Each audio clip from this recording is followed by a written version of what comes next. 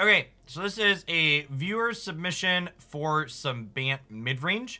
We'd played with Brokers Ascendancy in the past, and it felt like a pretty powerful card if you could get it going. Other good cards that care about modifying things in here. Kodama here gives our modified creatures trample, which basically means anytime Brokers Ascendancy gets to pop off with this, they'll get trample. This also has the ramp incidental on it as well, so we've got 5 basics in our 3-color deck, so we get a little bit of acceleration. A pretty nice curve is like Aspirant on 2, into Kodama on 3, have this give itself a counter, attack, and then get an extra basic out of your deck. One thing I'm going to be interested to see is how does our top end feel? Does Elspeth or Wrenn and Seven feel better in different spots? Does Storm the Festival feel good here, or would this be better as other planeswalkers? It is noteworthy that blue's kind of our smaller splash, so I wonder, is Rootcoil Creeper going to feel reasonable, or is only 13 blue source going to feel a little bit too clunky for casting this on 2? This could definitely perhaps be like a Tangled Florahedron if we want, so there's a little bit more consistent to cast, for example. This does have the upside of rebuying Storm the Festival in the late game, though, so definitely some utility here, which is nice. Let's go ahead and pop on into a few standard matches with this and see how it goes. Glossicak, thanks for hanging out for almost 2 years. Welcome back. Good morning, good morning.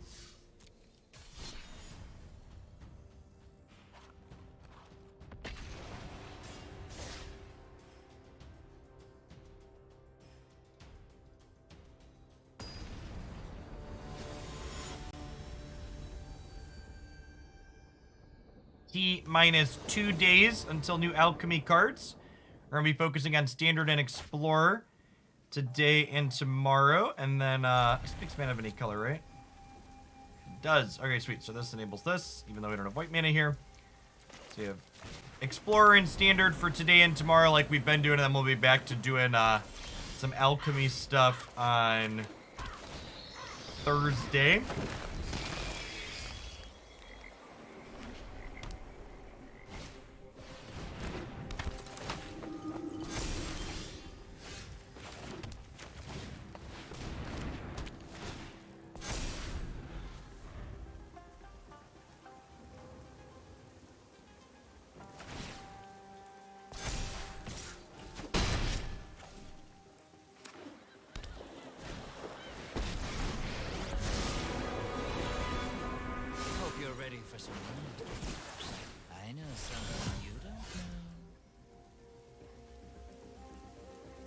Second white here feels bad.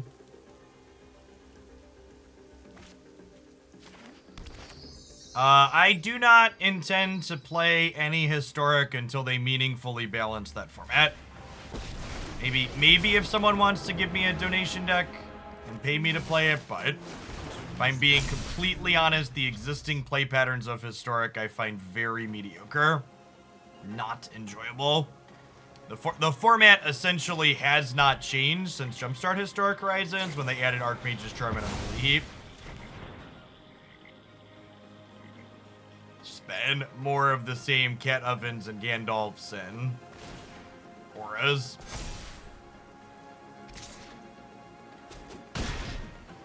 And Phoenix Darcy. The heat has become unbearable. There's no secret I can't uncover. Definitely feeling our lack of white mana at the moment.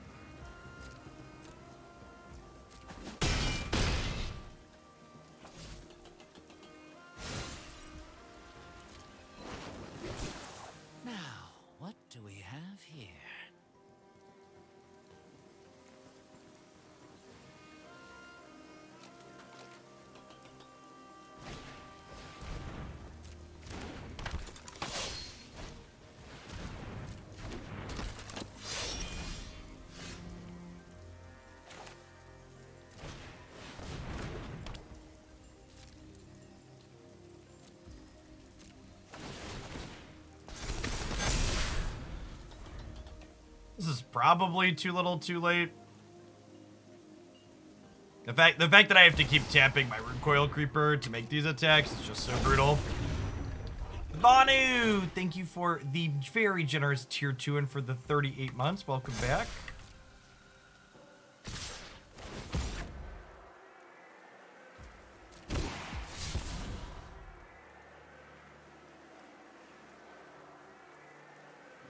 Is just so good.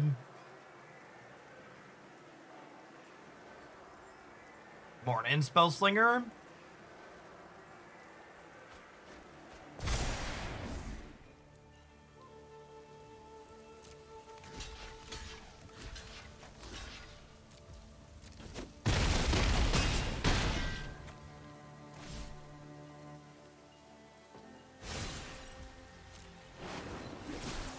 Now this is a juicy secret.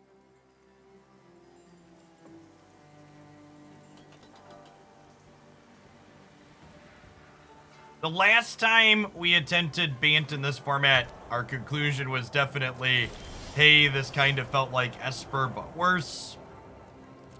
Definitely feeling that squeeze a little bit in this game here. Our mana's not paying us any favors, but like also the opponent's deck is just more consistent than ours because of these tools that blue-black have, and their good removal with things like Vanishing Verse.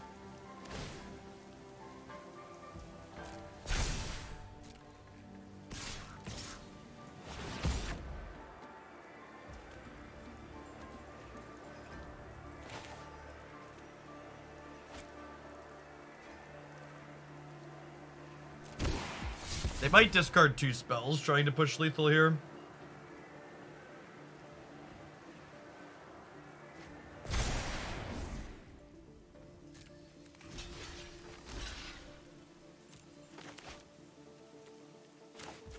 Zap Brannigan, thank you for the 24-month resubscription. I appreciate you hanging around for 2 entire years.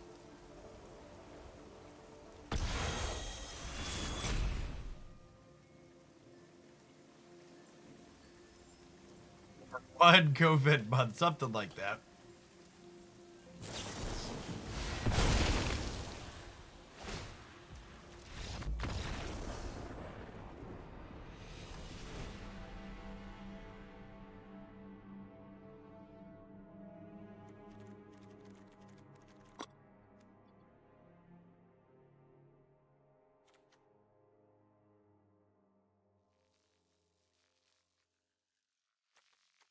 Some Wandering Emperors for a little bit extra grind. Trim the Kodamas.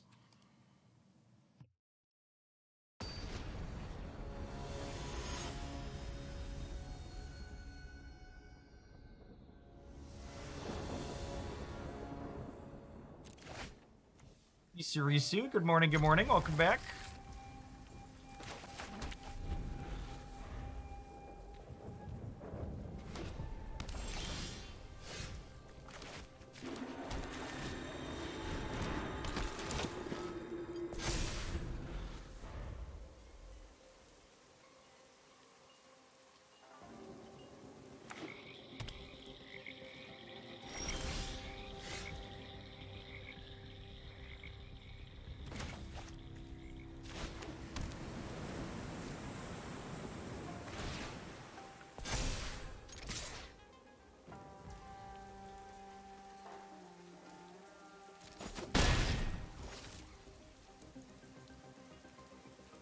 Vanishing Verse, same as the first? No?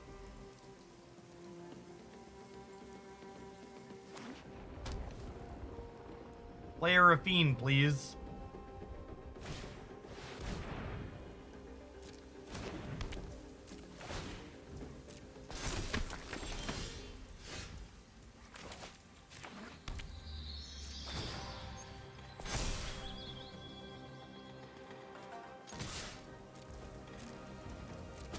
And then Spara is actually pretty good in this matchup because their primary way to like exile something is Vanishing Verse, and their other ways to take things off the table are typically destroy effects. So the shield counter is super relevant on this.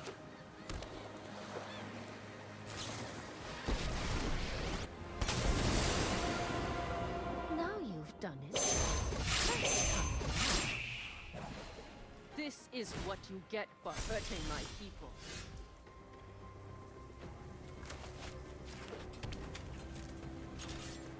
We have second Emperor, I'm a little sad, but definitely need to kill their first tier. See you later.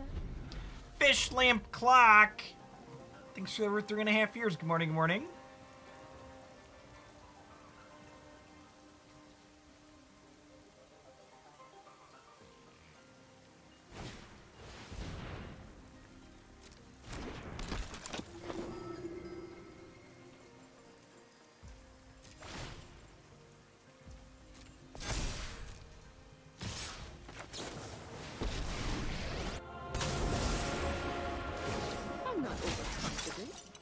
Your blade strike. Some free eats here. Emperor then provides plenty of counters for Falco to cast spells with. I know something you don't know. I agree that the opponent missed a free point of damage the previous turn. That's a good assessment. Show them how we greet our enemies. Attack before we use the Falco here. This is able to attack into this while it's a 3/3.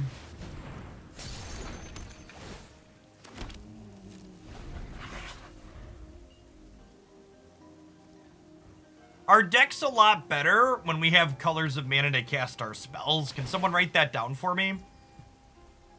Just so we're keeping track.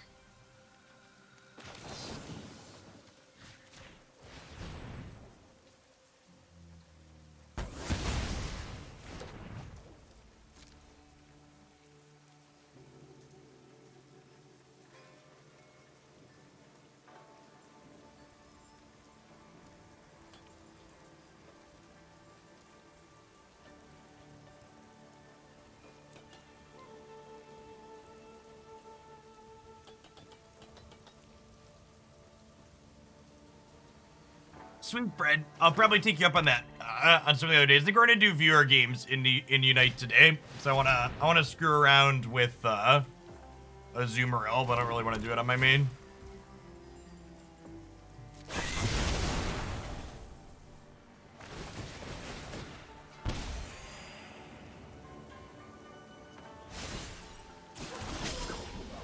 It's like your defenses aren't even there. I think we want to Elspeth down tick to hopefully find something to crew the Chariot. Fight. I'm ready. May your peace last.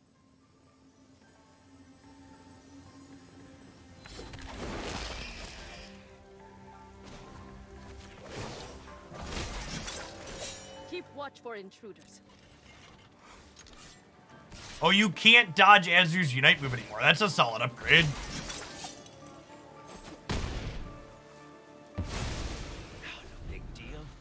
Try again later.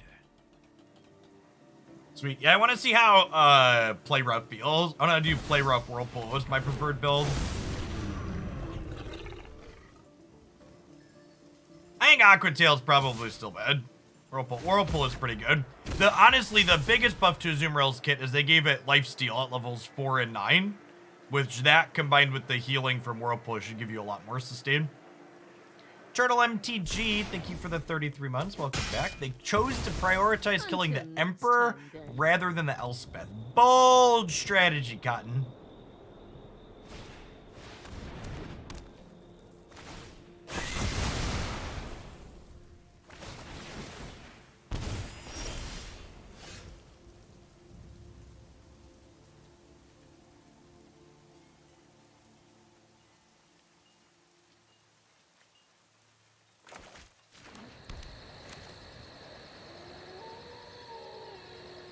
Beat hooks will continue until morale improves. Something like that.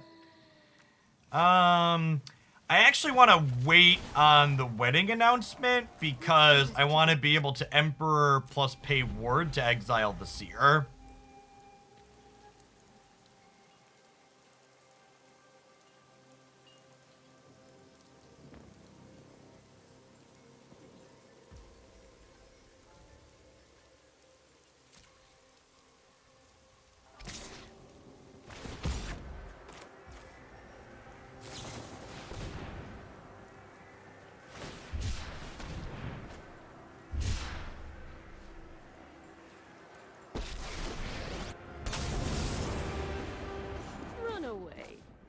you'll be safe.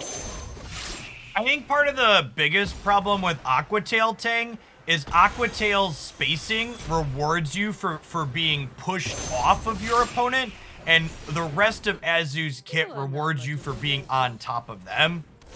So optimal gameplay for that is they're kind of at odds with each other, if that makes sense.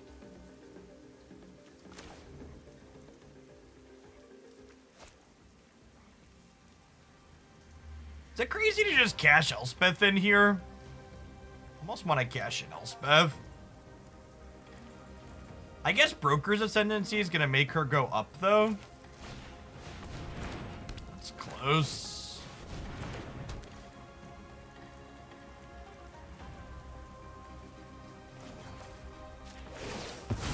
I cash in Emperor for a token. We must protect the Be brave.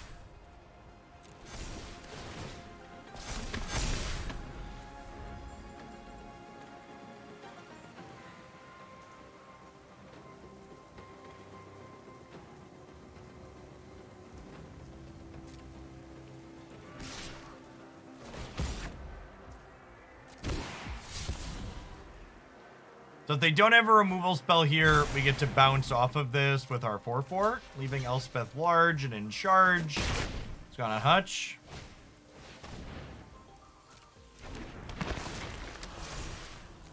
Make some 2/2s.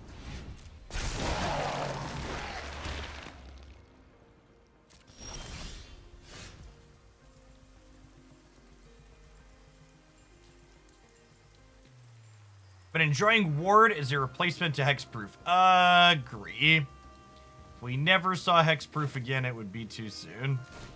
The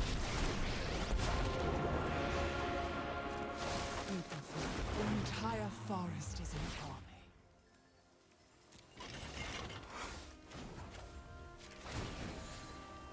Let's do this together. I give this first strike.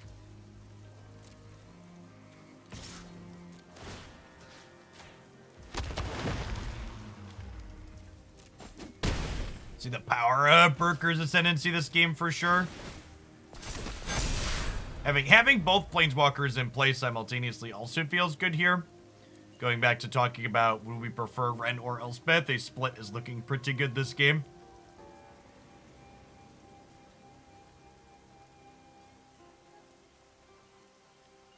Hannah Dan, thanks for the quarter viewer, by the way. I really appreciate it.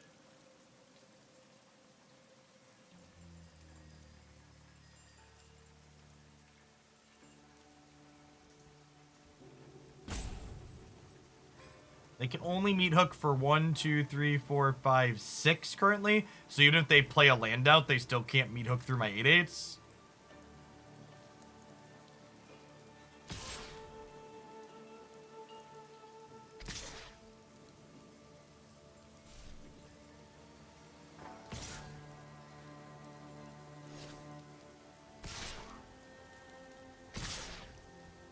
Now, blocking would let them meet Hook through my 8/8s. I think that's fine.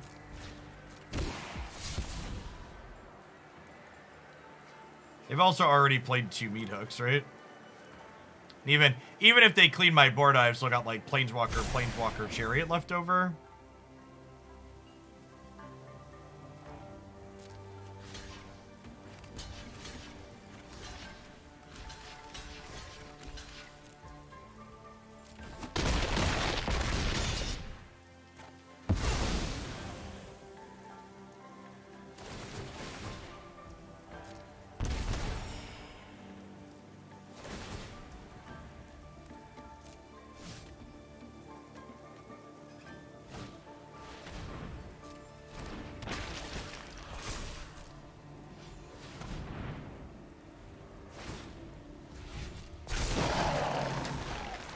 So they're dead to a flying counter on one of my 8/8s?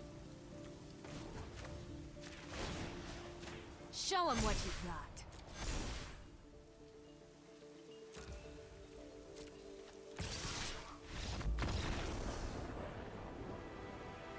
Howdy, Lostin. Thanks for the prime. Welcome back.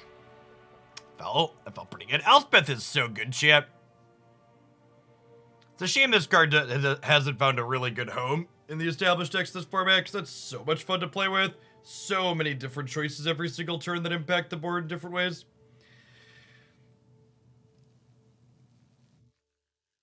Oh, you can also just attack with both 2 rate. I forgot these don't block. A lot of ways to eat that, Rhesus.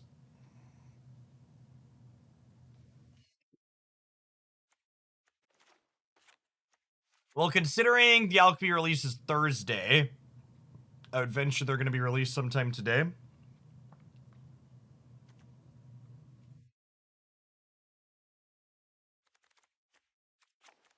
You want a little bit more interaction on the draw. Yeah, her down tick is great. The fact that the fail state of her down tick is like grab a land is really good as well.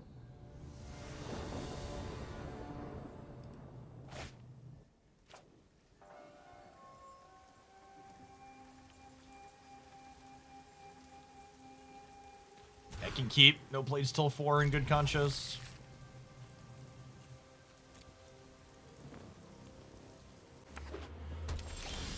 Guarantee you'll know all the alchemy cards by Thursday at the latest. That's the cold hard truth right there.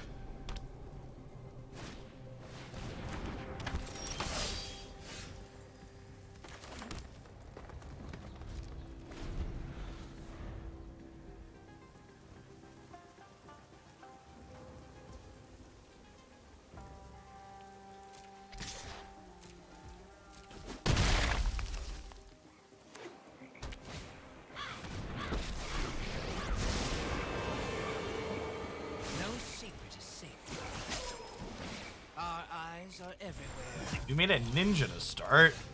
That's interesting.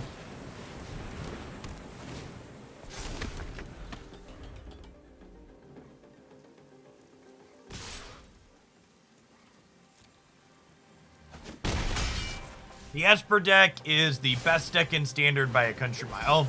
Now, what do we have Significantly, here? significantly better than everything else going on in the format.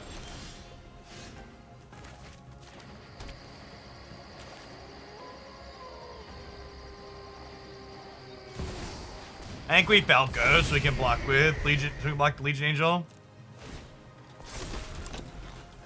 Awesome, Rufio. Yeah, I think I spent some time poking at stuff last night. I think I've got enough cards to play a couple of different decks other than the Nova deck we've been playing. So we're gonna try a couple other things this afternoon.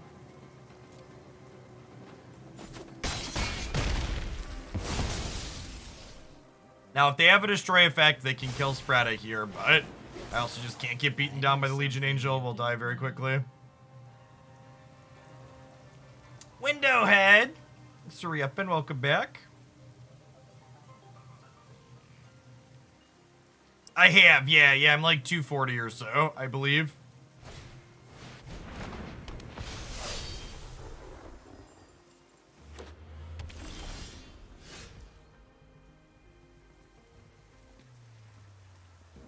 Okay, so if I Ascendancy, the wedding announcement's going to pop off this turn, which means that Spara will be a 5/5. It can block these Legion Angels, assuming they don't have a destroy removal spell.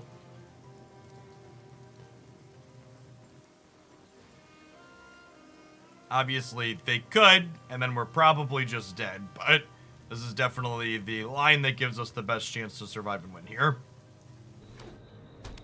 Everybody clench. And we're dead.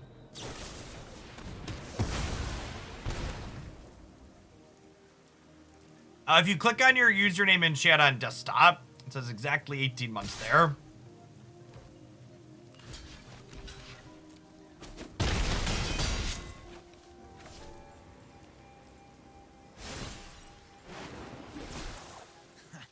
There's no secret I can't uncover.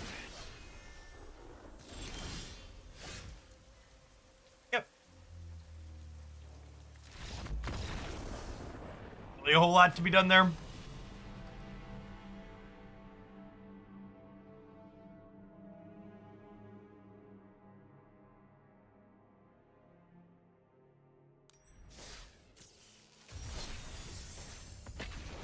It's a meat hook world, chat. We're all just living in it.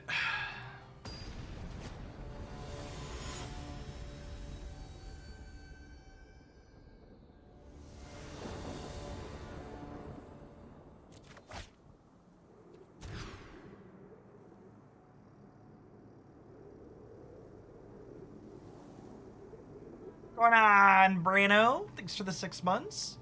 Morning, good morning. Sweet, yeah, the snap content has definitely been the most successful of any of the variety stuff I've done.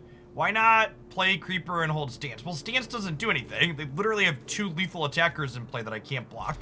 Neither of which my Stance kills. So, why should I do that?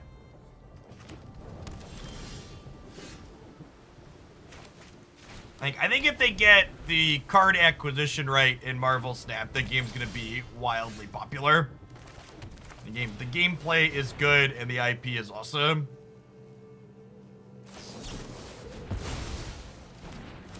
With 4s and 5s in our hand, like, it feels bad to run into Jawari Disruption, obviously, but, like, that's gonna get us at some point. Let's just, like, head to the Space Jam here. Of course, Space. I got you.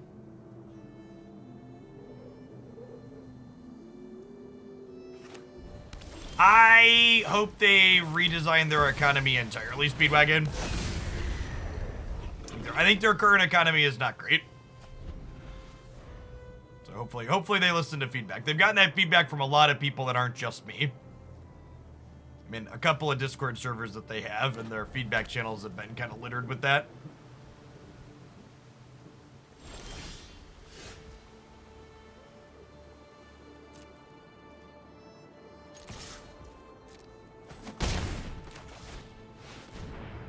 Alright, well, can't play lands off the top with Falco.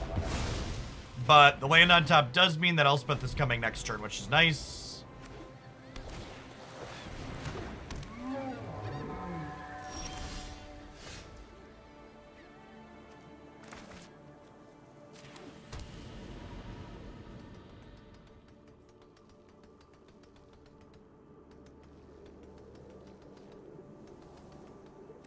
That one's gotta go, right?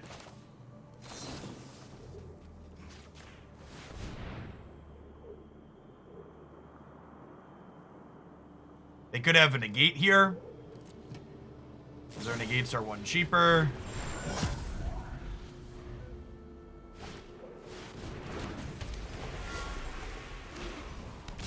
Oof.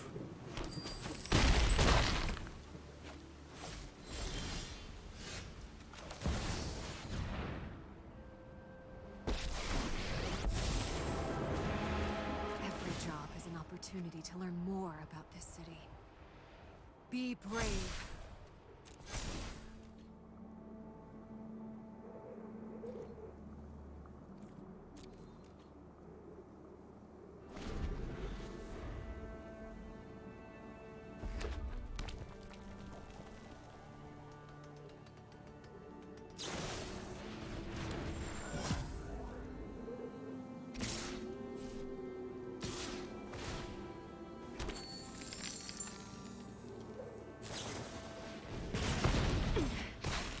Won't back down. Okay, so, well, like, at the risk of summoning a Magma Opus to the top of their deck, we're actually in an okay spot here right now. Let's do this together.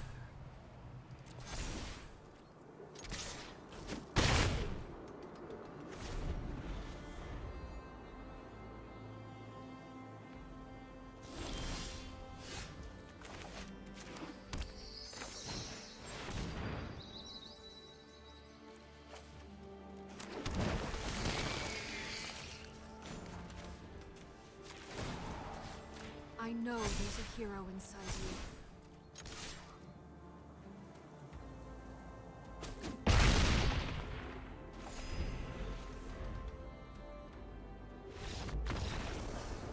you. Doke! Voltron assembled. So, we definitely want Wandering Emperor and Disdainful Stroke. This is a Negate matchup. I don't know that it is.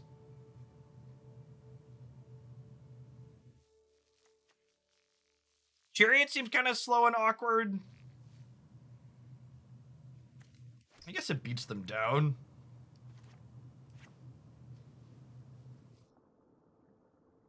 Getting Opus is big game. Yeah, kinda. Yeah, negate costs 3 with it not out. Yeah, Hermit's fine. I kind of wish I had more strokes in my sideboard.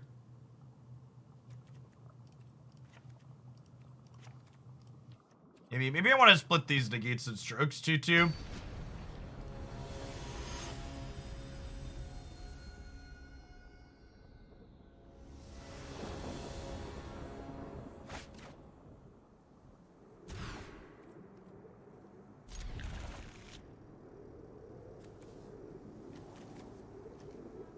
Six mana spell for sure here.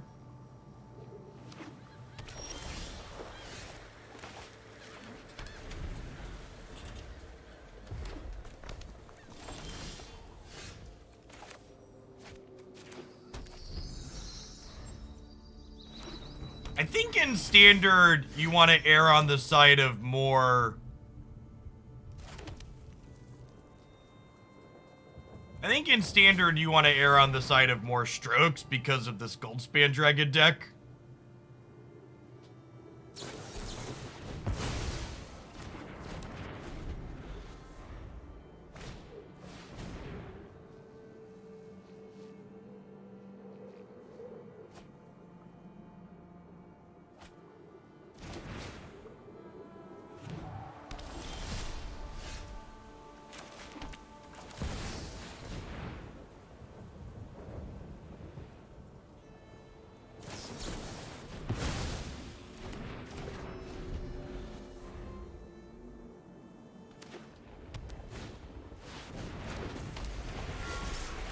Let the dragons hit the board. Let the dragons hit the board.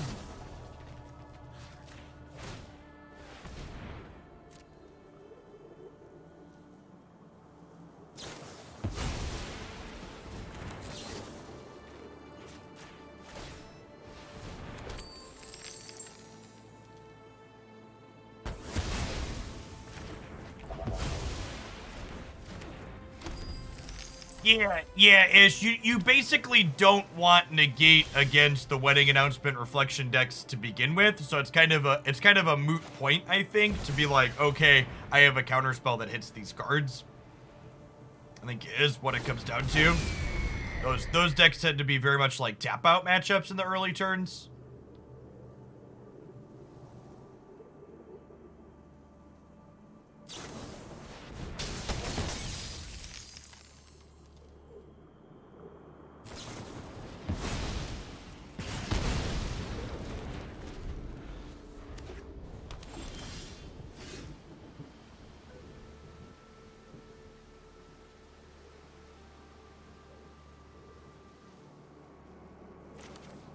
Oh, they're out of cards.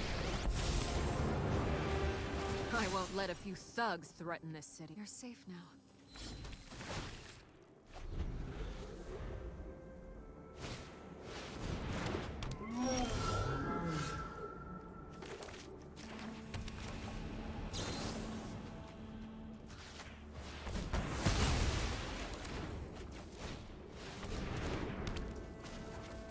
Right, Elspeth going up. Be brave.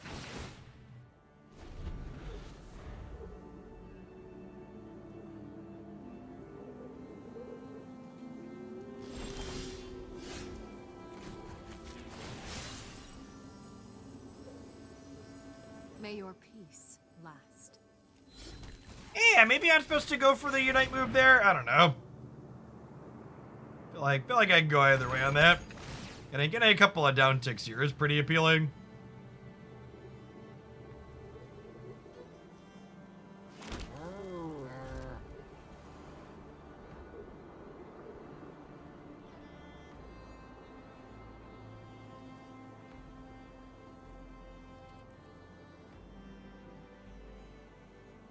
We're gonna crew the Chariot before we go to the old end step. Make it bigger.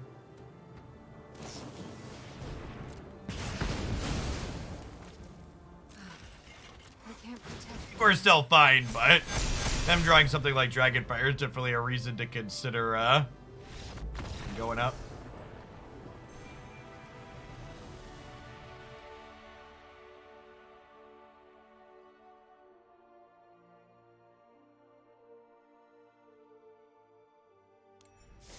Brokers Ascendancy is pretty good. Okay, I think I want to split the strokes and negates too.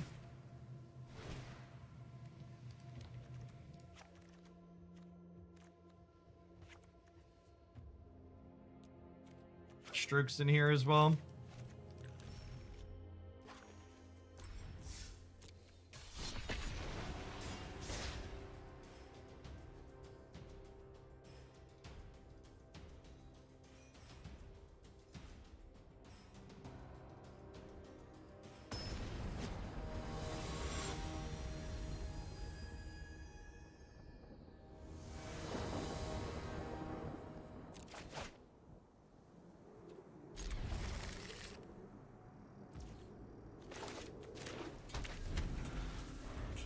If we can find that untapped land on 2, it'd be great. We get to go this into this.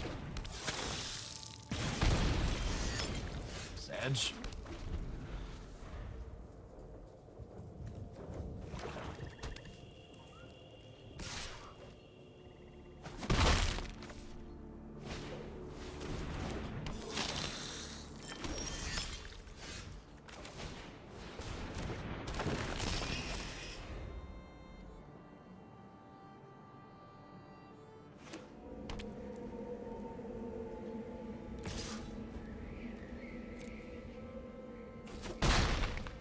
No blocks here. I would like my mana creature.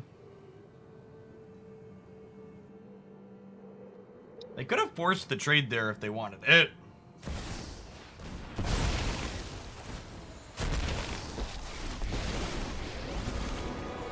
Enough notions of morality. Oh, a matter of his power. Pleasure doing business with you.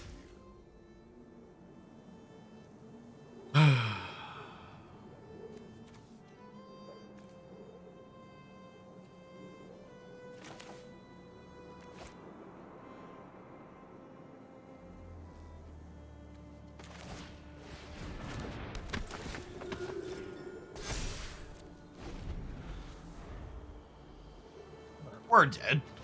They're so far ahead.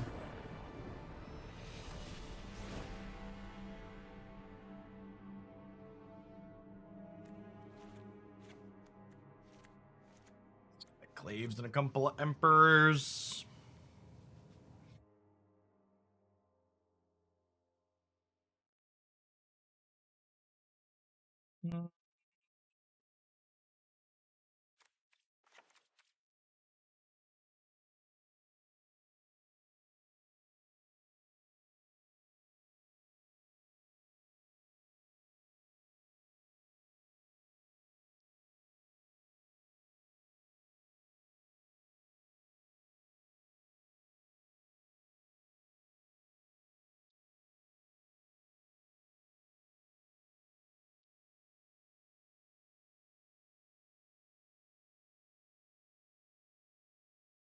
Hey, thanks for the bitty sporadic. I wonder if we're actually gonna get that Witcher 3 remaster at some point. We shall see. They teased a Witcher 4 coming eventually too, right? That one's even further off, I'd wager though.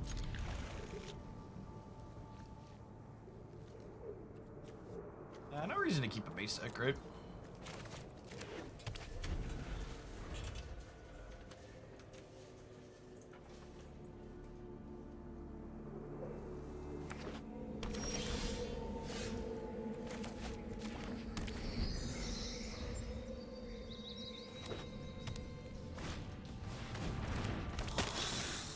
Witcher 4 has completed its research phase of development. What does that mean?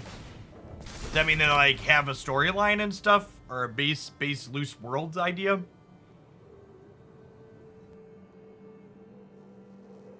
Thanks for the 50 months. Welcome back.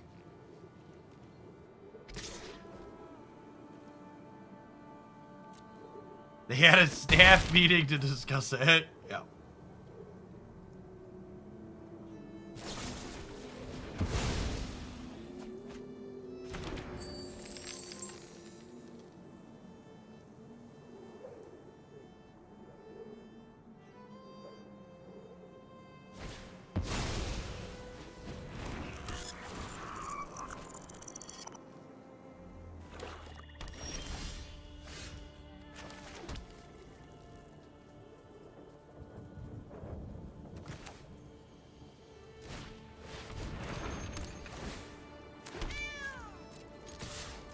Did I board in Hermit? I don't think I boarded in Hermit. And if I don't board in Hermit, I don't have any blue cards. Well, I do have lots of white and green cards. Houdini! Reappearing for the 5th month. Welcome back.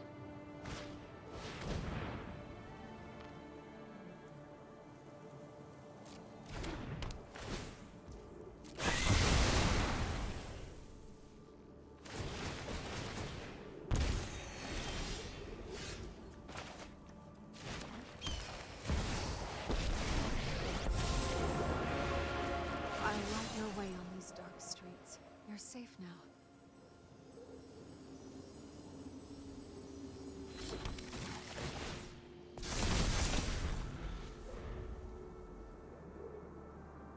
They got us. Hook, line, and sink 'em, Chip.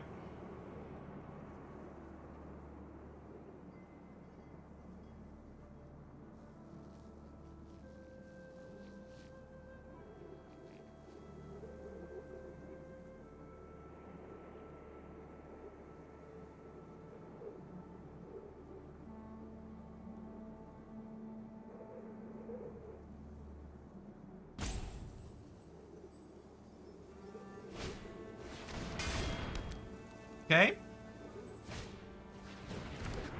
Oni Cult tire spinning is good for us.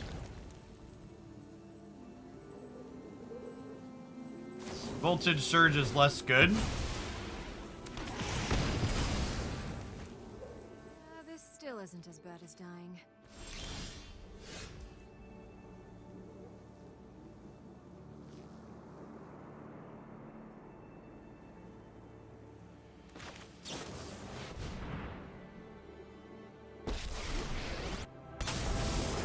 Emperor, down tick.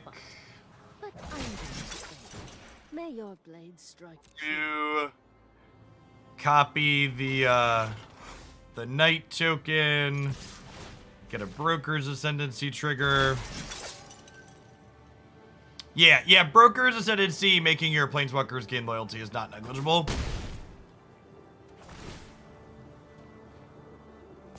Quite the opposite, is pretty powerful, in fact.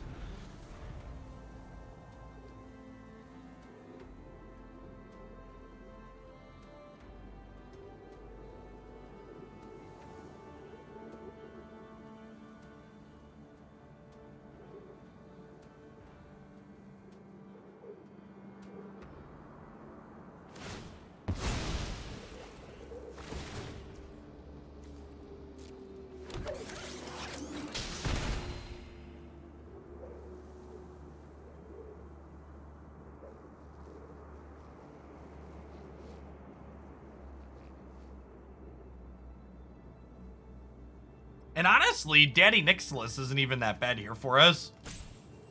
Because we're going both wide and tall.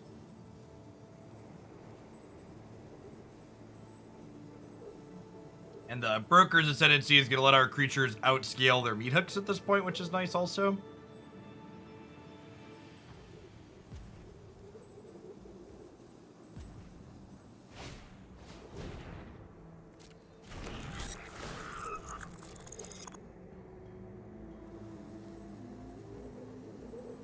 Okay, if they're missing a land, they have to choose between Voltage and Obnixilis.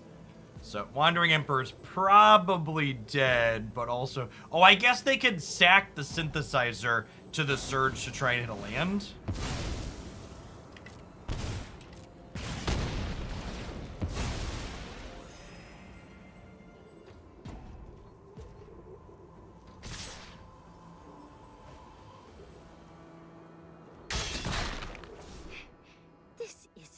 to go. Yeah, kind of surprised I didn't sack the Synthesizer digging for the land that would have left them the token to kill the Emperor in combat. Probably a mistake here from them.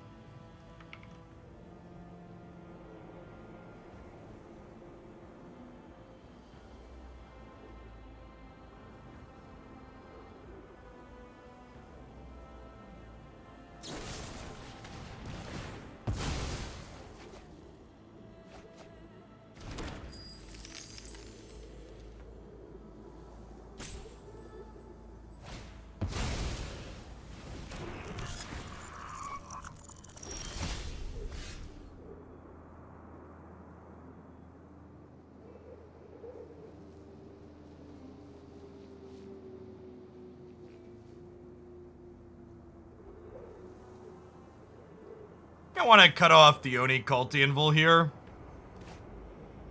I guess there's upside to playing Falco, because then next turn if I hit a land, I can do both of these. It's also a flying threat. Nah, I'm going to cut off their blocker. This also cuts off their free way to sacrifice Synthesizer on board. Put a counter here, crew this. Attack for casual 14, make another token. Elevator going up.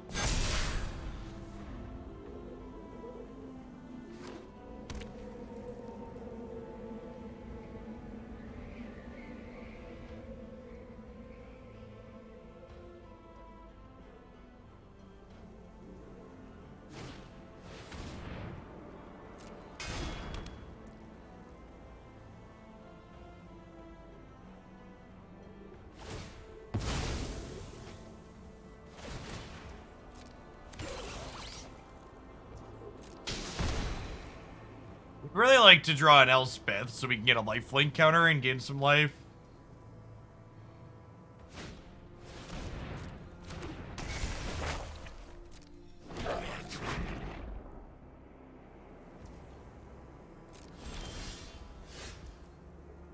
I have an Explorer donation deck for this morning.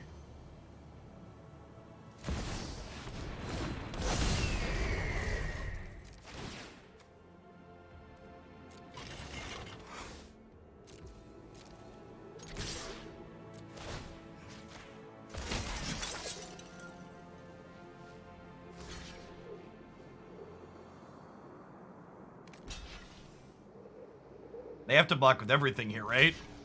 And they still go to 3.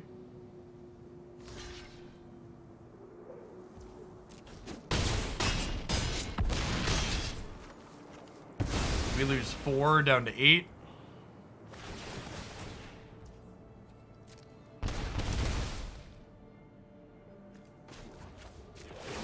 Go ahead and put a counter here so that way, I have got new moves to teach. Meat Hook doesn't kill anything.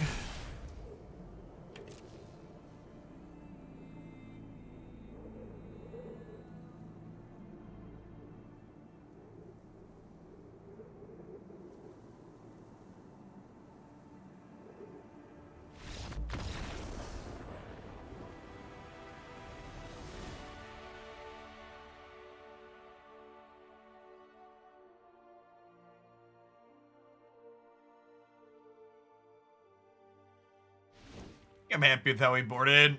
Let's run it back. Run it back now, y'all.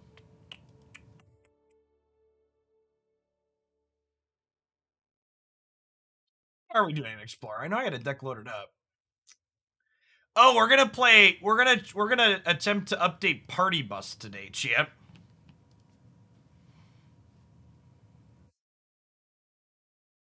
Blink some things in and out in Explorer. Seatbelts, everyone. Does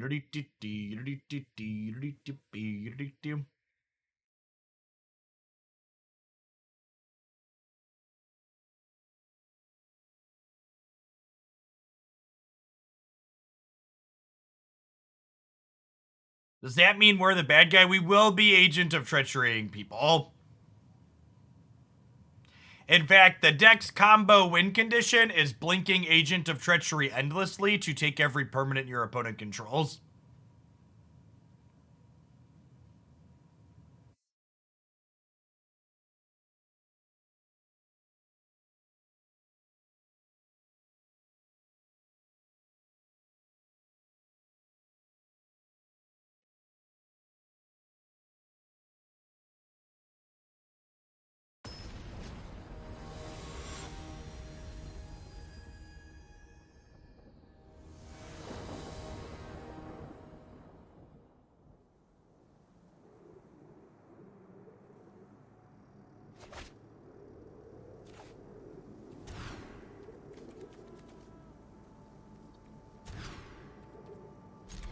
Feels magic the Gathering, man.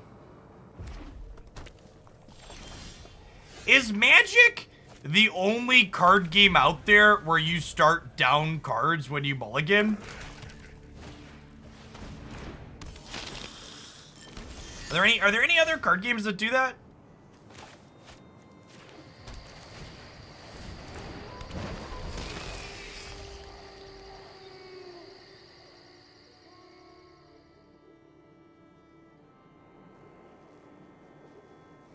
And others, you only get one mulligan. Oh, sure, but you get one mulligan, but you still have the same number of cards, right? In Magic, you take one mulligan, you're down cards. Many card games don't allow you to mulligan. That's not true. More allow you to mulligan than not.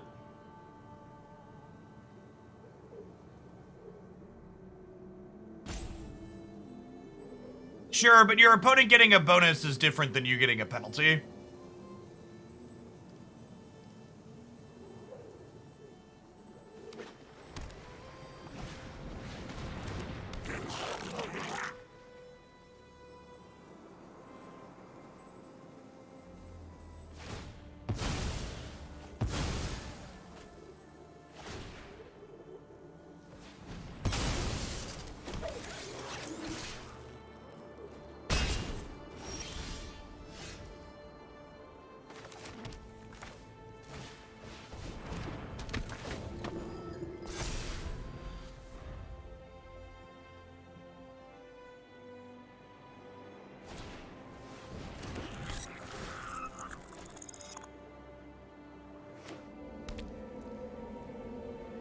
You're never down a card if you never mulligan. Flesh and Blood and Yu-Gi-Oh! Don't allow for mulligans. Can't say I've ever played either of those or ever planned to.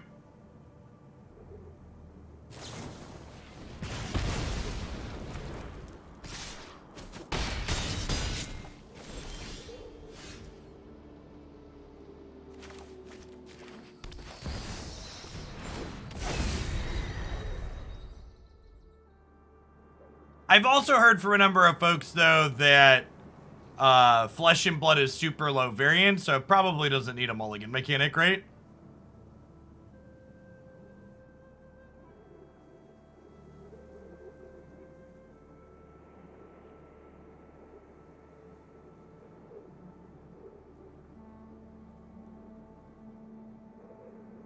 Flesh and Blood is an all cards are resources game. Okay.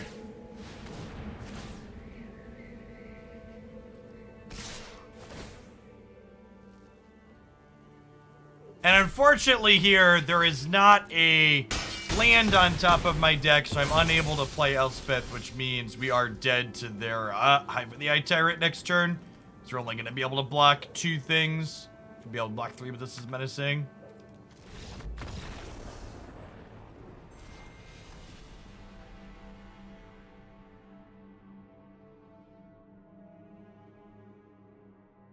I hope she feels better soon, DMS.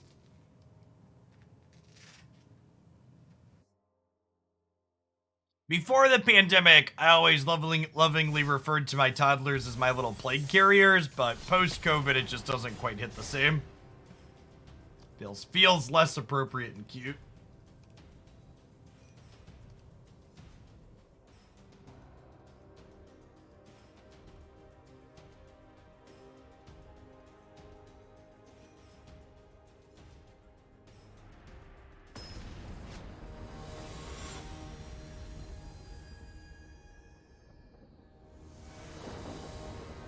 Yeah, Hearthstone has a partial mulligan system similar to Runeterra.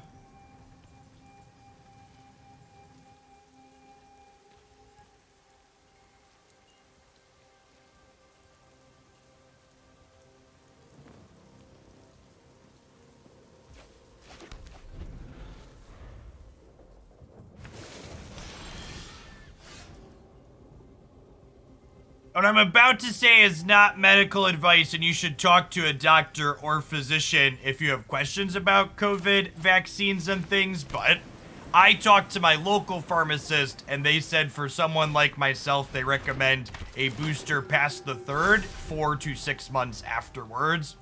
with it likely being a twice-a-year thing, similar to how the flu shot is an annual thing. Make time to go in and make that happen again.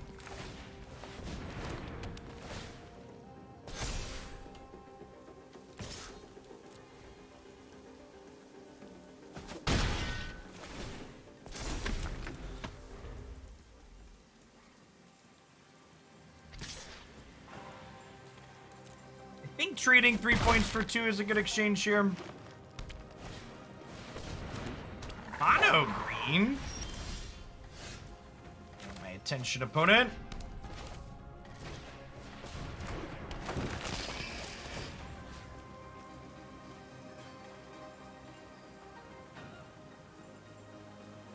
Aren't second boosters only approved for people over 50? The pharmacist at the CVS that I went into said I could just call and schedule it.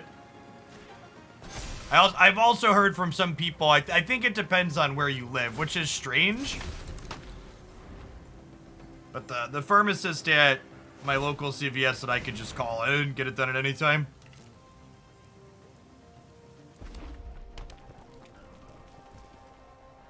Newcomb, thanks for the 12 months. Welcome back.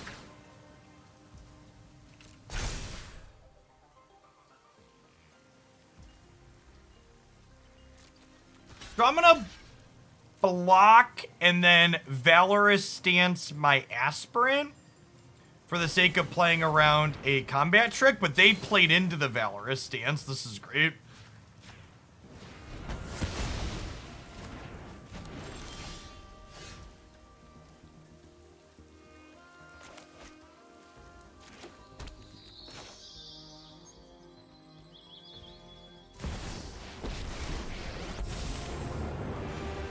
I won't let a few thugs threaten this city.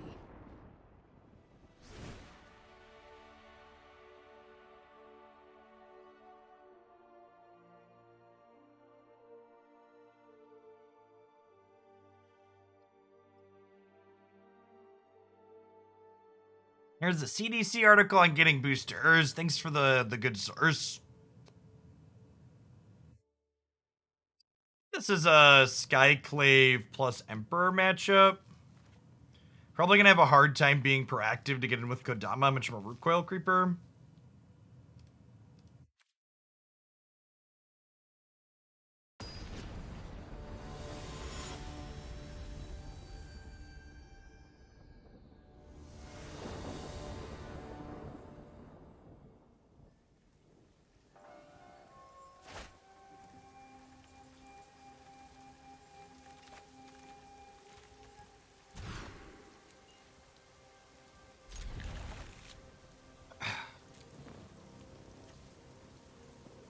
Did you all see what happened with DreamHack Dallas?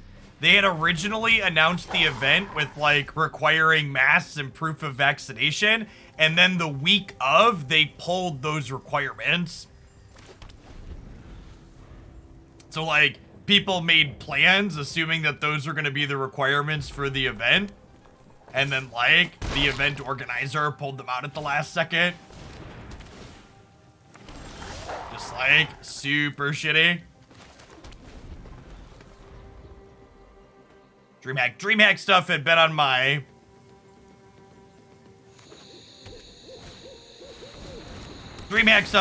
list of things to make it around to at some point eventually, but solidly deleted from that now.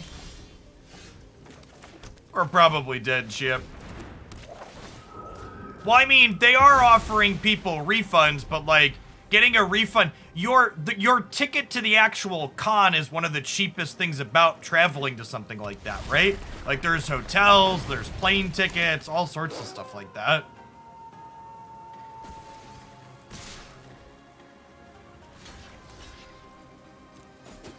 Like trading a 2-2 for a 3-3. It's the Angrass Marauders of refunds. Yeah, exactly. Exactly that.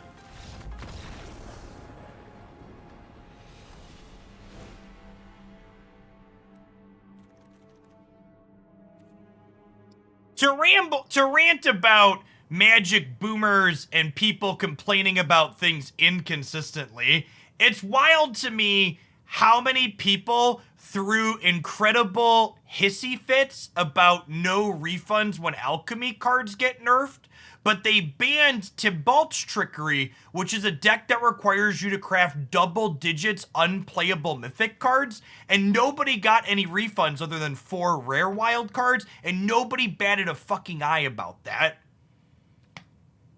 It's so insane to me and asinine how boomers just accept stuff like that, but anything related to new digital stuff, any sort of change, they just like have these overarching meltdowns talking about how it's gonna kill the game and they're quitting.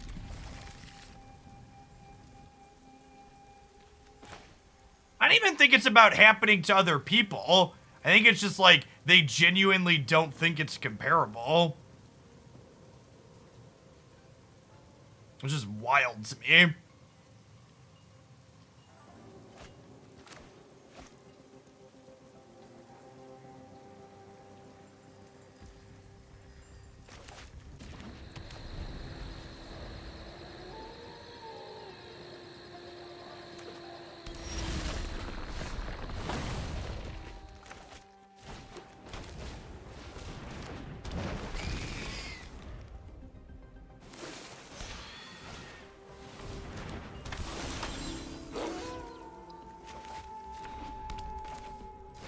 I think we want to get rid of Naturalist rather than let them scale it up.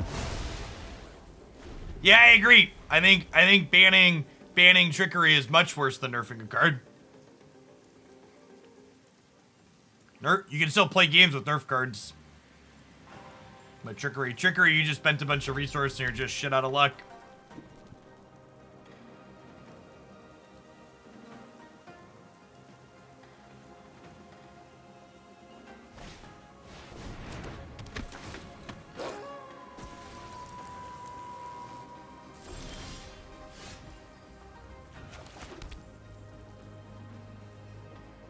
I'm gonna Elspeth down tick, because even if she finds a land, that's kind of good based on our hand. Let's clean up this town.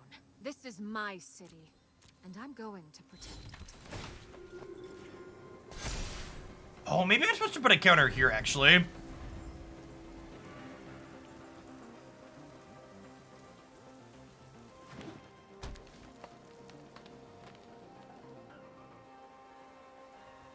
No joke, based on how Wizards of the Coast reacts to player feedback, I would bet significant amounts of money that the reason we haven't seen more proactive rebalancing, especially nerfs and alchemy with regards to cards like Beathook Massacre, is because the community is full of whiny babies that complained about nerfs.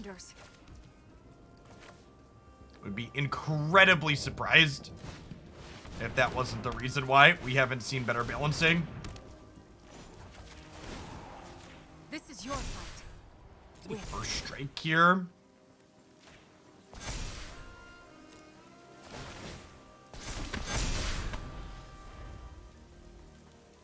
All right.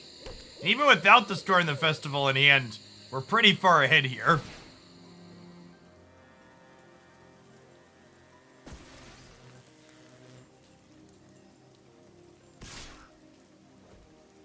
Did they not nerf Meathook and Alchemy? Not yet. New Alchemy patch coming on Thursday. Still a chance, Copium. Did they not realize it's a first strike counter? It's for the 33-month show and tell.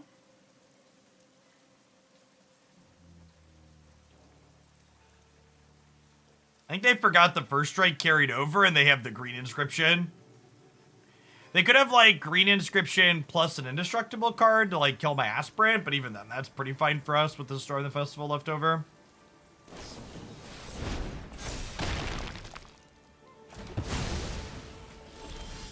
Oh, they just fought it? Sure. Deal.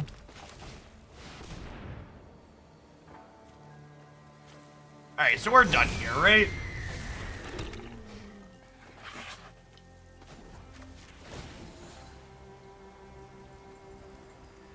I know there's a hero inside you.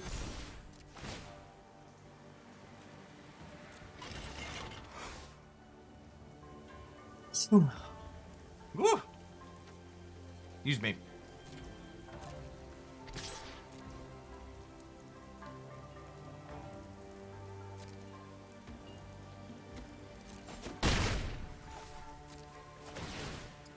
If someone gave me a betting line, I would bet against Meathook being nerfed. They don't seem to think the card is a problem.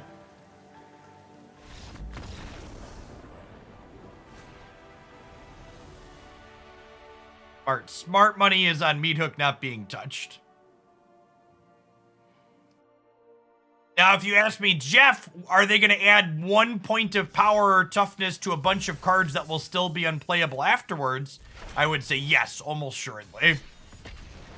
Almost certainly will we add a single stat to a bunch of cards that are currently unplayable and will remain unplayable.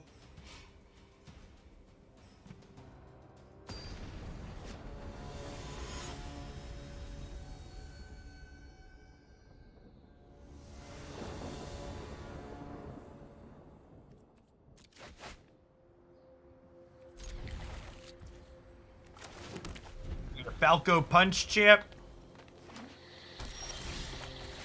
Bird is the word. Demon bird.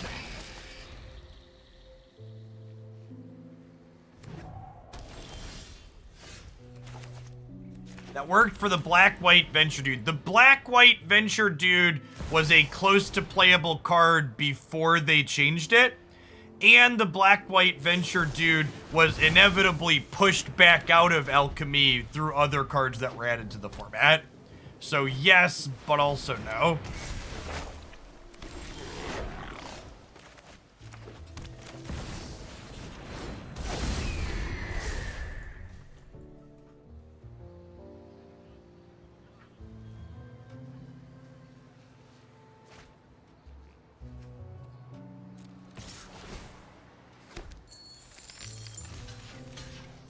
I have another Falco in hand, so I'm fine trading a shield counter here.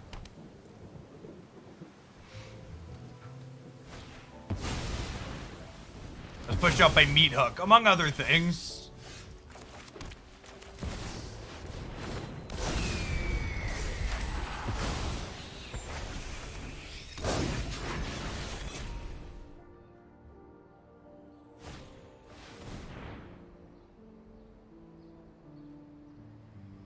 Our deck doesn't have ways to kill Reflection of the Kikijiki game 1, does it? Seems like a pretty big miss for us.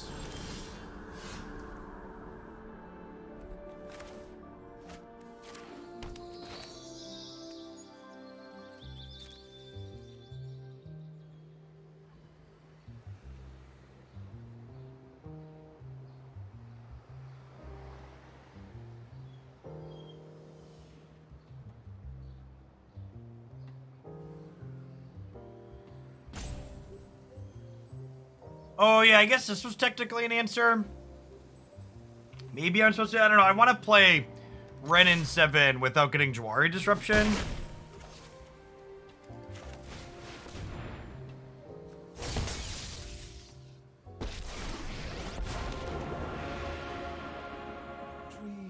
What do we think of plussing Wrenn and Seven for the purpose of trying to draw a spell next turn?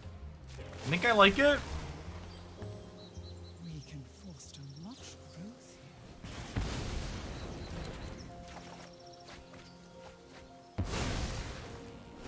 I have not played the new Unite game mode yet. Need to get a chance to play it with the boys at some point.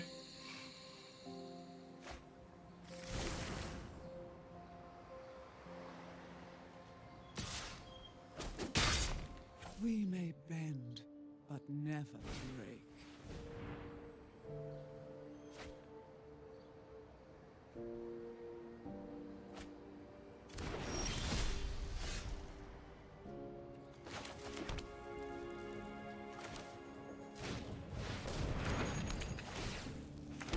Hey, Nguyen, well, thanks for taking the time to hook the Prima up here. I wouldn't be able to do my job here without folks like you, so thanks for keeping me around. I appreciate it. Happy Tuesday.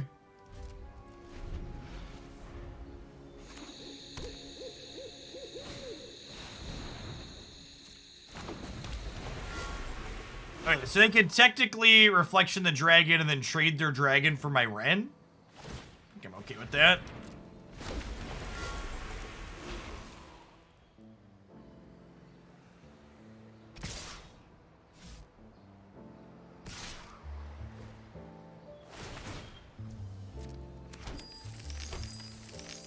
Now they're giving me the option. Oh no, they have a... Wow, they're playing Fading Hope. That's a card I haven't seen in a long time. This card is actually largely responsible for what ultimately pushed Wrenn and Seven out of the format.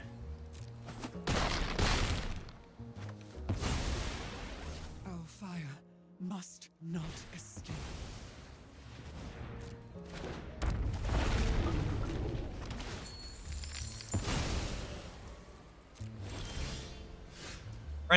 Wrenn and Seven was the Obnixilis of its week 1 standard format.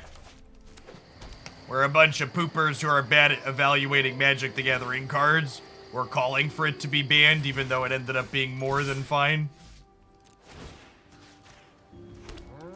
Yeah. Alright, I was gonna play another Chariot out here so we could go wide.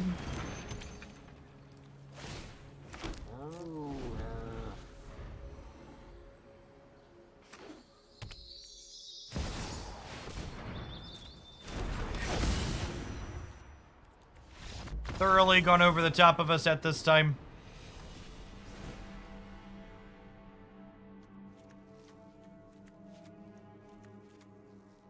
A match where I am super happy to have some Disdainful Strokes here.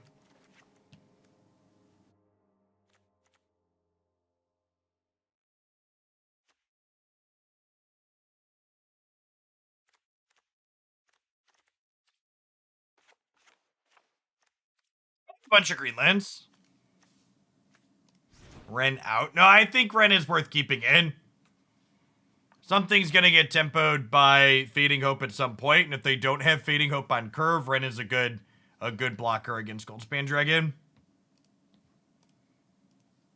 So it sucks to get blown out by it, but it's also like one of our better cards in the matchup in terms of combat.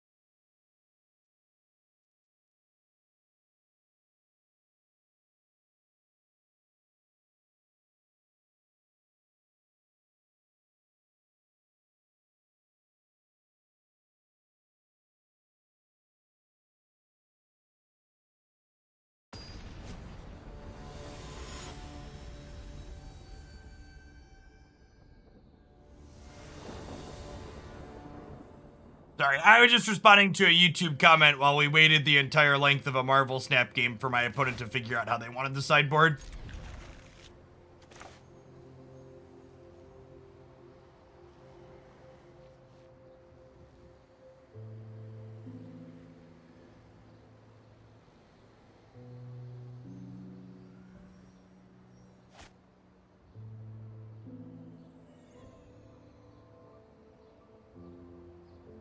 Or just AFK. Good stuff.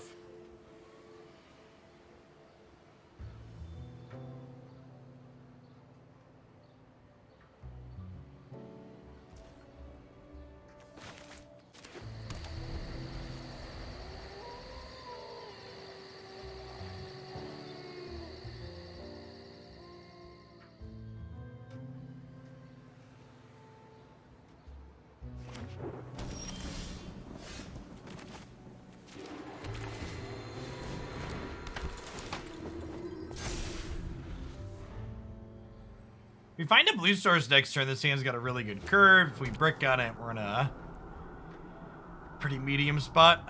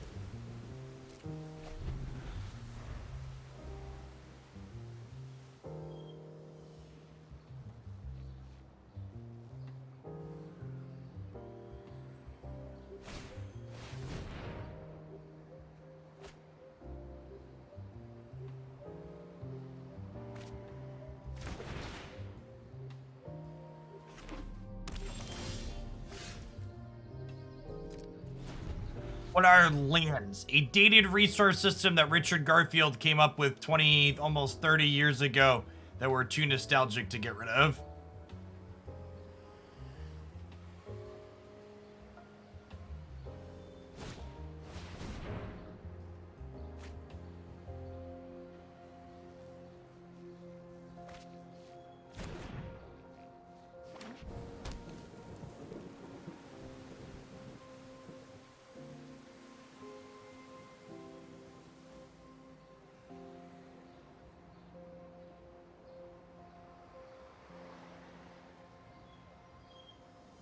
I mean, to set an incredibly low bar, at least like Hex TCG was an improvement on lands to some degree. They removed their threshold system, removed some of the awkwardness that Magic lands have.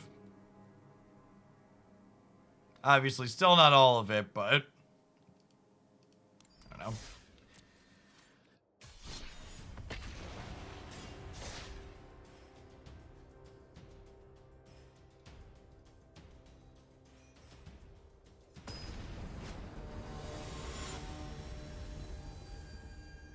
Honestly, that game there is kind of an I know, like, that game feels like resource variance, and it was to a degree, but that game's also an example of why Esper is better than Bant, because the Esper deck has a bunch of cards that let you draw a discard. You have Kaido and you have lots of Connive to just make your deck more consistent than the alternative.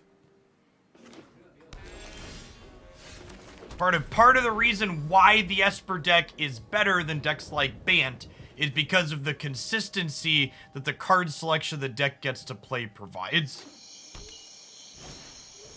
You experience less of that bad variance with that archetype.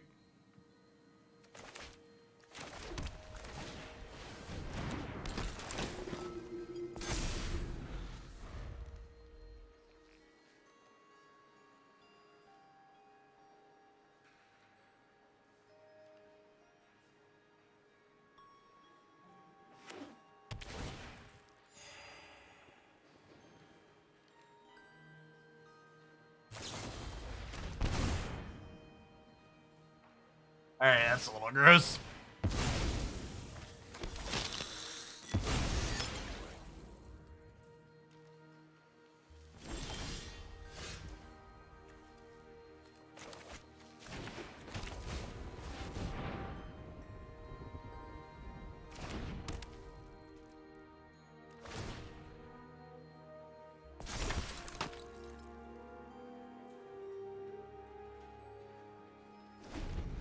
You know what? The Soaring City in hand, maybe I'm supposed to play this on the white side.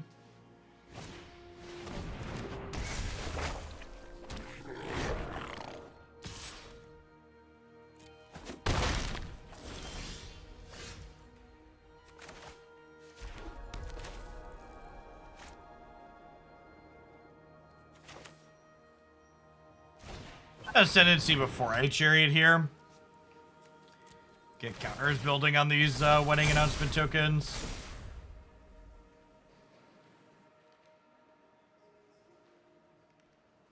Kodama still has yet to feel like it's done anything. Aspirant, like, just keeps dying before it can get in, and Brokers Ascendancy kind of just pushes through on its own by virtue of making things infinitely large.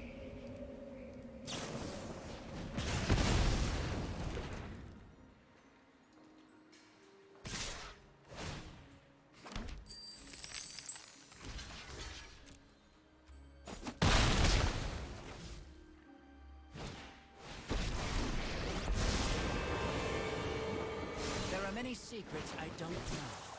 Now this is a juicy secret.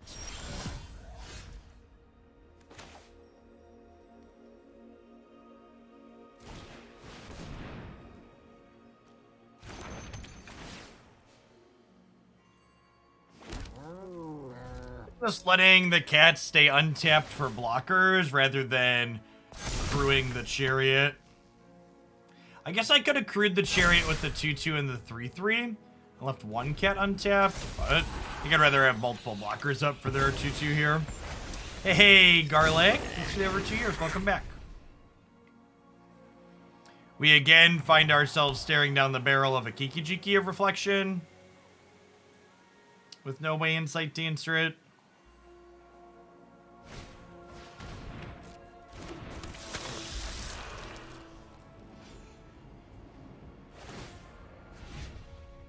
Never Maul with the excellent advice and the even more fantastic resub. Welcome back.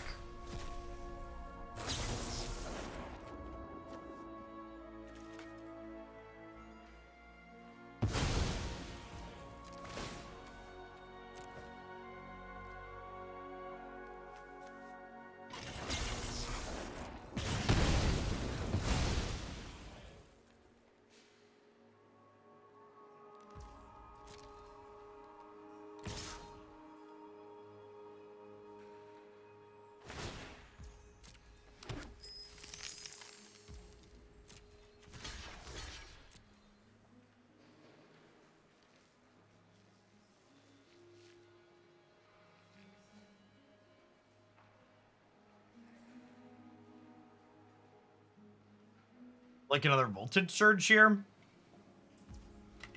I just wanted to draw a card, probably. Now, what do we have here?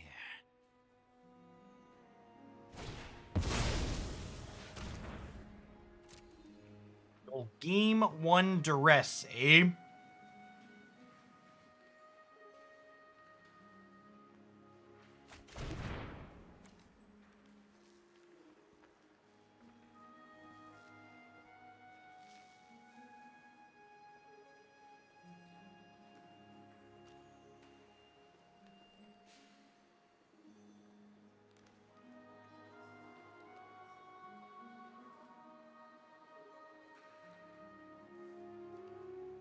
Yes, currently playing standard stage select. This will be our last standard match where we flip on over to some Explorer, I think.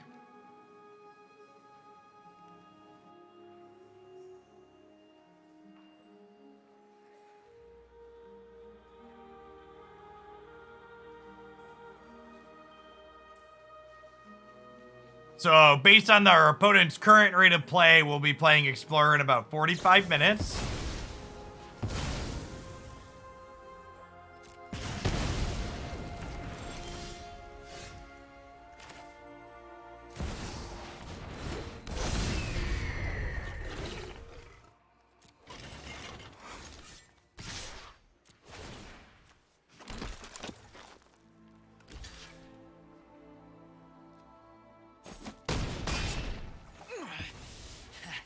You're good, but I'm better.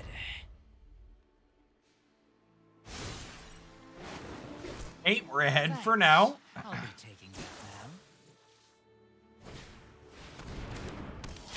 Corpse Appraiser is a really good one for them to get back in the game with here, because it draws a card, and then Reflection lets them draw another card.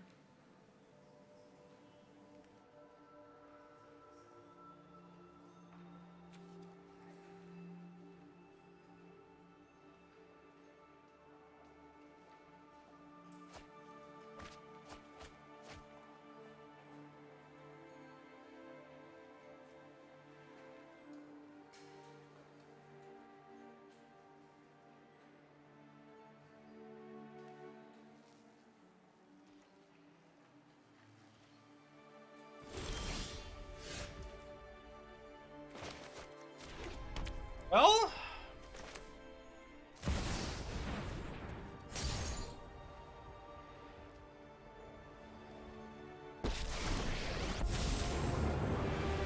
I'm not looking for trouble, but I'll fight if I have to.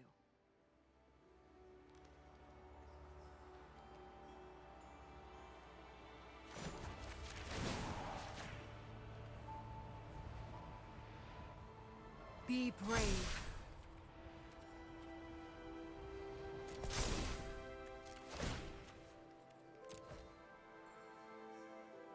I think we go up, because going up means that,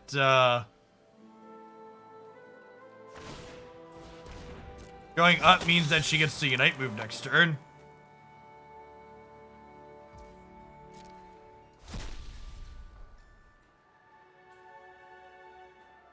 Because this Brokers Ascendancy is going to push her to 7.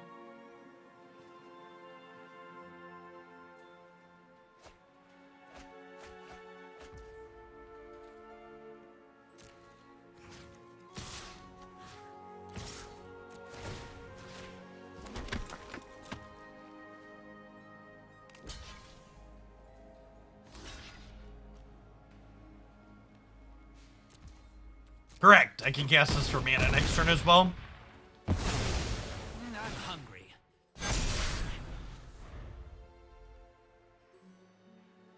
Arrow the Freak, thank you for the 34 months. Welcome back.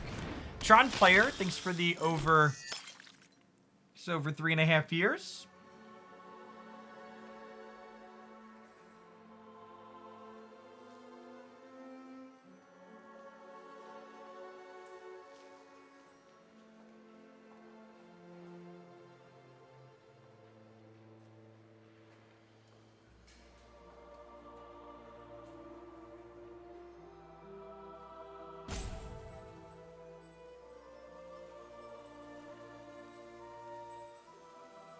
They chose to bin a meat hook off their last Corpse Appraiser trigger.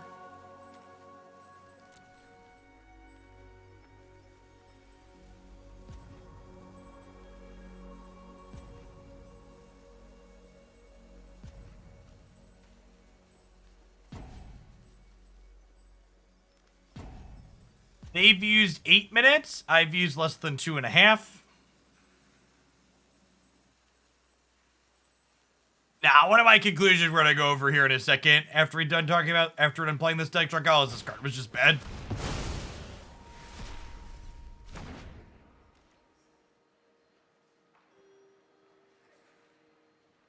Ow.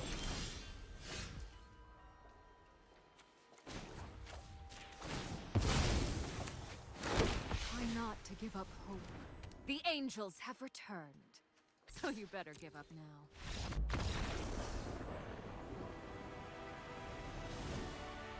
Same darn Unite move for Zapdos chat, and we won the game very easily. Got him. Got him.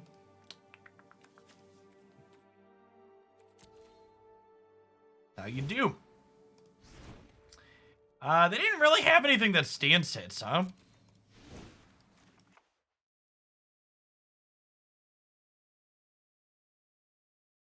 Still have a couple of hermits in our deck. This deck definitely needs more ways to kill, what's it called? The, reflection of the Kiki-Jiki, incidentally.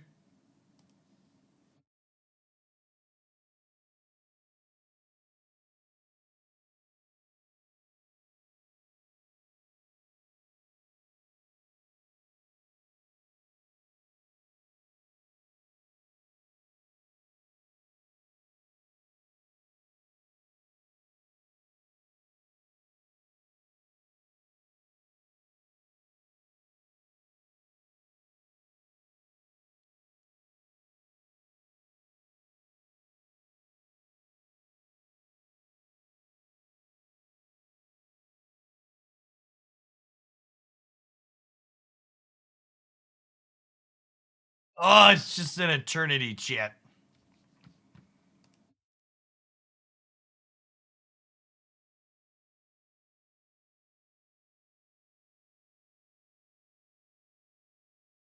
Chat, will you still love me if I end up taking some days off this summer? Or will you all revolt and leave forever?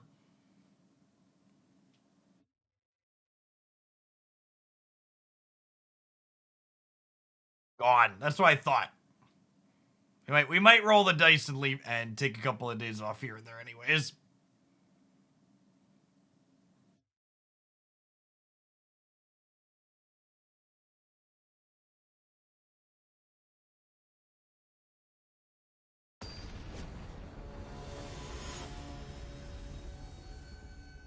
How many's a couple?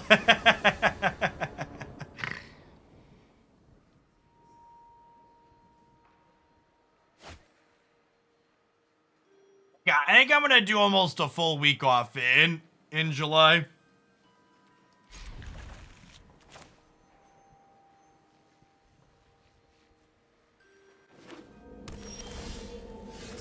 Is my plan. Did you clear the typo off request with the boss? Well, the boss is the one that booked the trip, so.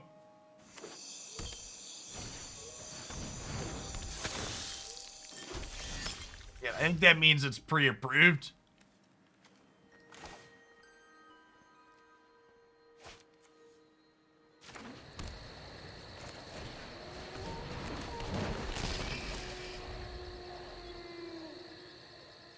It's a work trip. Yeah, the boss is the one that booked it.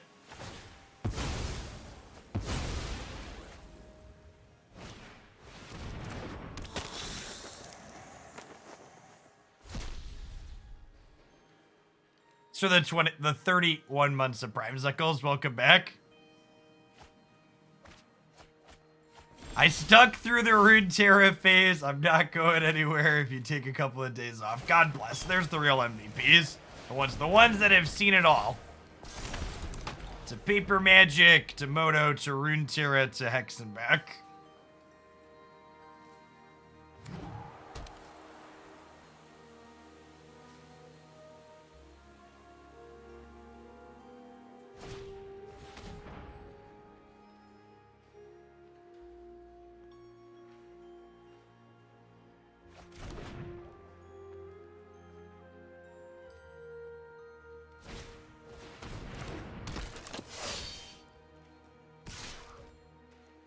Do too much on auto battlers. Like, booked at some auto battlers I got bored of before we did too much with them.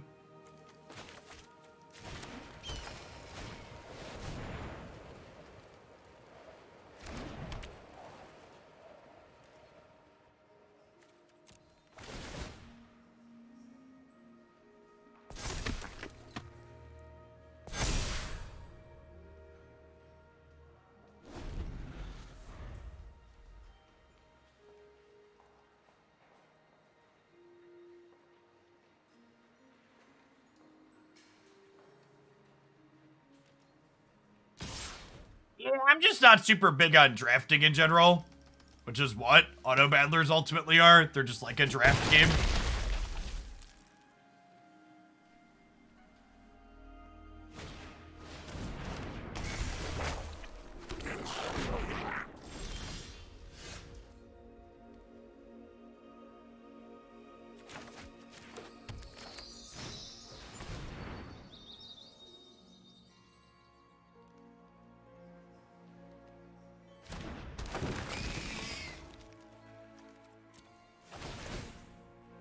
Okay, well, our board is huge.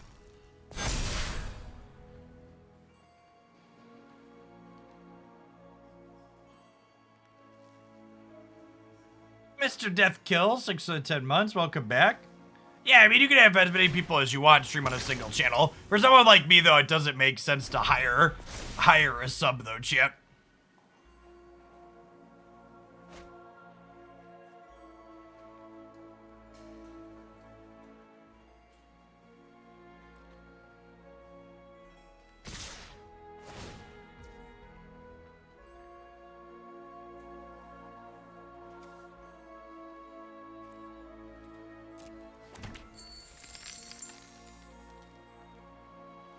Alright, so this is probably an impending meat hook, right?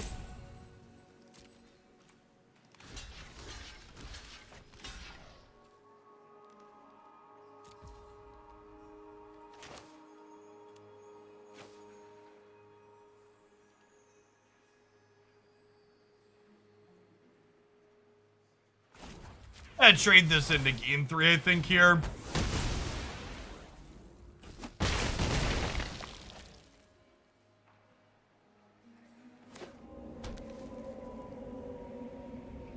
Oh, I guess with the land, they get to meat hook for 4 anyways, so I don't actually save my stuff, huh?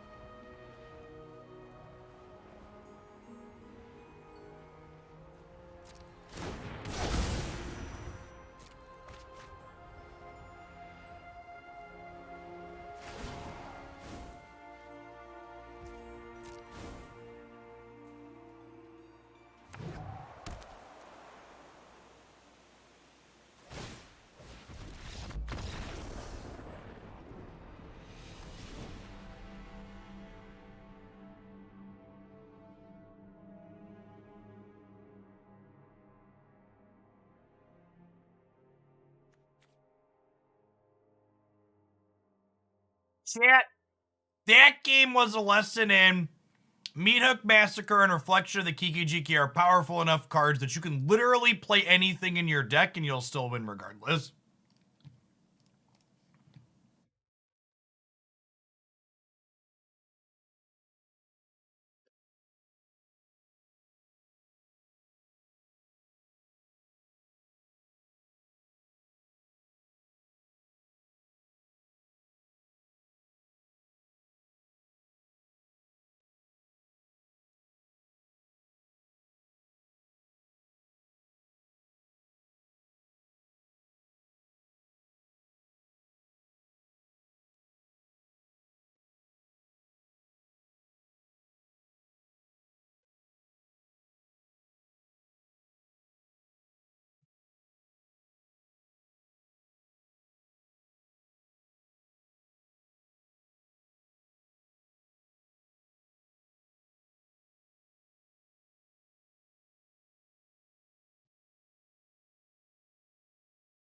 I've got a beer nuts cantina mix that we are snacking on this afternoon, this morning, whatever time of day it is. Do I ever miss teaching? Yeah, there's parts of it that I miss.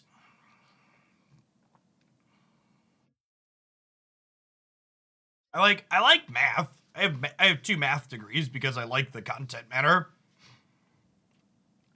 I'll get to do more of that again when the boys are a little bit older. What level did I teach at? I taught at both the high school and college level. I have a graduate degree in mathematics. Adjuncted at a handful of different universities and colleges in the central Illinois area.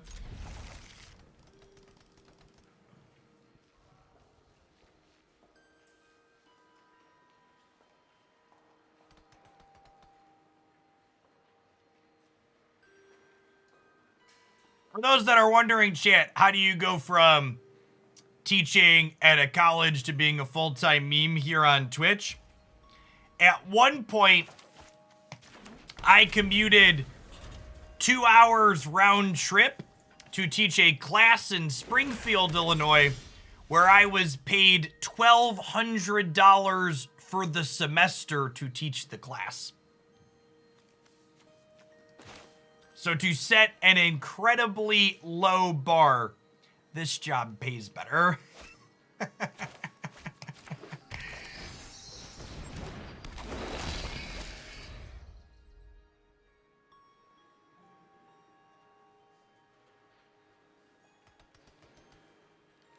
The other fun fact about that number was I was paid more as a math adjunct than people who taught non-math, non-science classes were paid.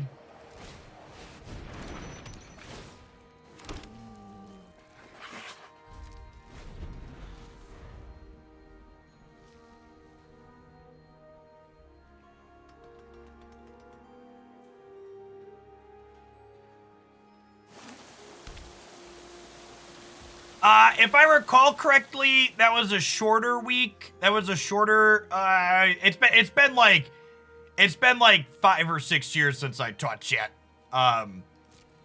If I recall, that was an 11 or 12 week trimester, if I recall. But it's been a while. I don't want to say exactly. How many classes would be considered full-time? Well, I mean, it depends on what you mean by full-time, right? At $1,200 for, like, you know, a quarter of the year or a third of the year, you know, figure out how much money you need to live, and then that's full-time. I knew people who adjuncted as their full-time job who they had to teach 6 to 8 classes a semester to be able to survive. And then you should also know, because people that do that are part-time faculty at a bunch, I should have played that before I attacked with Rootcoil Creeper, because you were considered a part-time worker doing a job like that, you also didn't have any healthcare or benefits doing that either, right? How many classes can be reasonably taught in a semester? More than four would generally be pushing it. Because you gotta remember, teaching a class is a lot more than just like going to actually teach the class. There's a lot of prep time and stuff too. All right, at the very least here, we get to attack with 3 things, then wedding announcement and draw a card.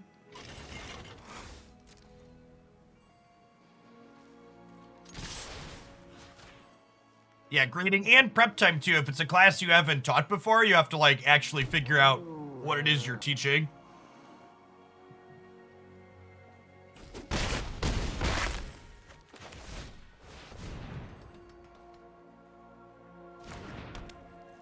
Houston had 800 teachers leave. That's wild.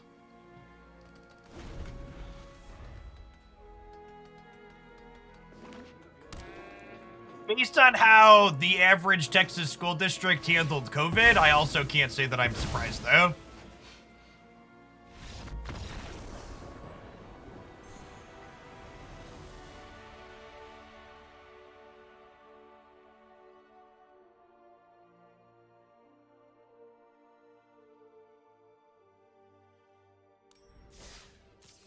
All right, takeaways on Bant stuff. The Bant stuff deck comes so close to seeming sweet every time we play it, and just the power level of the black cards is just so good. I think the big thing, there's 2 big takeaways. The first is that this card just wasn't good enough. We didn't need the trample to make Brokers Ascendancy good, and Aspirant was good enough on its own or frequently got killed enough that we actually never ramped with this over the course of 2 hours. The other big hole this deck felt like it had was that it needs more ways to deal with reflection of the Kikijiki, so we kind of killed 2 birds with 1 stone, I think, and slide these Skyclave Apparitions into the main deck and get a 4th copy in the sideboard, so that way we have ways to take that off of the board. Elspeth is a card that continues to feel impressive actually every time I get to play with it, so if we cut the Kodamas, we could also reasonably go down on basic lands. I think playing as few as just 2 or 3, which would let us get more dual lands in here, I think. We definitely had some color issues at several points throughout the course of the set, so I think we like do this and then like play another slow land in here probably.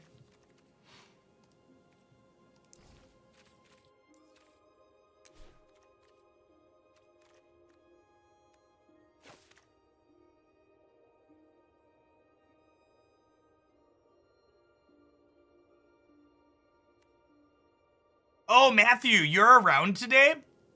All right, I'll do viewer games another day. Yeah, let's play today. I didn't know you were home. Yeah, if you're off, I'll do viewer games later this week.